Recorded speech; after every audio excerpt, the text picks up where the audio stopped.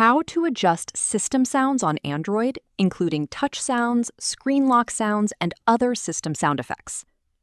First, open the Settings app on your phone. Now, scroll down and tap Sounds and Vibration. Here, you'll find different options for managing your phone's sound settings. If you want to adjust the overall volume, use the media, ringtone, notification, or alarm volume sliders, depending on what you want to change. To manage system sound effects, scroll down and look for options such as More Sounds, System Sound, or System Sounds and Vibrations.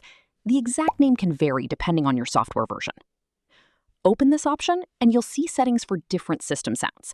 You can turn sounds such as touch sounds, screen lock and unlock sounds, charging sounds, and other system sound effects on or off. Simply use the available switches to enable or disable the sounds you want. If you're looking for a quieter experience, you can turn off unnecessary touch and system sounds while keeping your ringtone and notification sounds enabled. And that's it. You can now easily adjust system sounds and other sound settings on your Android.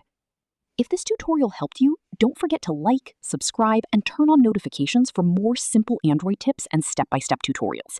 Thanks for watching, and I'll see you in the next one.